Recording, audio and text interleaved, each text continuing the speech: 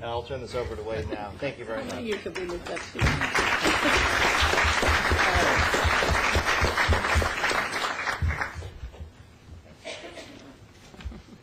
Thank you, John. And good morning, ladies and gentlemen. I'm Wade Henderson. I'm counselor to the Leadership Conference on Civil Rights Education Fund. I'm also president of the Leadership Conference on Civil Rights. The Leadership Conference is the nation's leading civil and human rights coalition with 200 national organizations working to build an America as good as its ideals.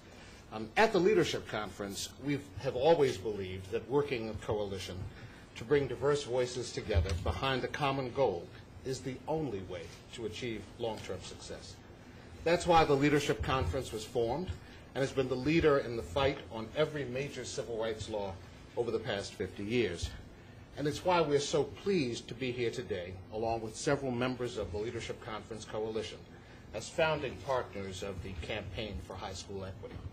Now, for almost a century, the civil rights community has recognized that the twin pillars of American democracy have been the right to vote and securing equal educational opportunity for all Americans.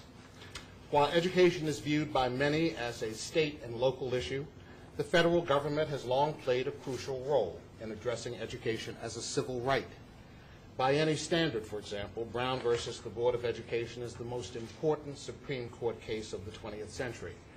And yet, 50 years later, the promise of Brown remains unfulfilled. Inequality is rampant by almost every measure. No Child Left Behind's test scores paint a bleak picture of the achievement gap, with virtually every state's white students passing state exams at a significantly higher rate than its low-income, minority, and language minority students. But the real crime is the opportunity gap. Low-income, minority, and language minority students attend schools with far less funding.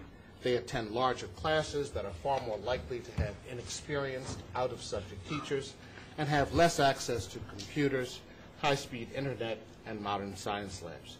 Now, despite these continuing disparities, the federal government and the courts have been retreating from the Brown standard. In the next week, for example, the Supreme Court will likely rule on a school integration case from Seattle and from Louisville, and that issue is whether local communities will be allowed to promote diversity and school integration through the voluntary use of race in school assignments. It will be a sad day if the Supreme Court comes full circle from requiring segregated school systems to integrate to trying to prevent them from integrating. It will also be a clarion call for everyone who cares about quality education and truly leaving no child behind, to ensure that school reform reaches every school and every child, regardless of race and income. So in order to do it, it's going to take federal, state, and local cooperation. It's also going to take a lot of money, money measured by the size of the job to be done and not by how much we've spent in the past. But money alone, any amount of it, is not going to be enough. Federal leadership to attack entrenched inequities and failures within our educational system and to bring about fundamental education reform will be crucial. And that leadership must extend to high school, where federal money and policy have both been largely absent. So we can't continue to provide the least education to the most rapidly growing segments of our society at exactly the moment when the economy will need them the most. When 21st century jobs require science education, for how long will we continue to be the land of opportunity if we tolerate an opportunity gap where racial, economic, and linguistic disparities combine to make white students more than 4 times as likely as African American and Latino students to have access to advanced placement science classes?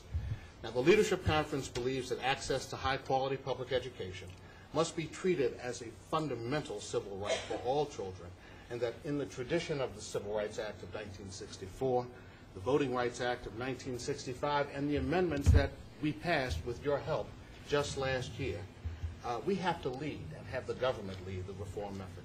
No Child Left Behind and other federal laws can play important roles in making that right a reality. And I now have the pleasure of introducing my good friend, Stephanie Jones, Executive Director of the National Urban League's Policy Institute here in Washington. Thank you very much.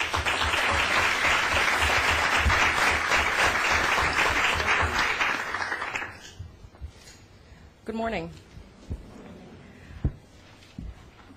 We're very pleased to be here today, and we thank the members of Congress for being here.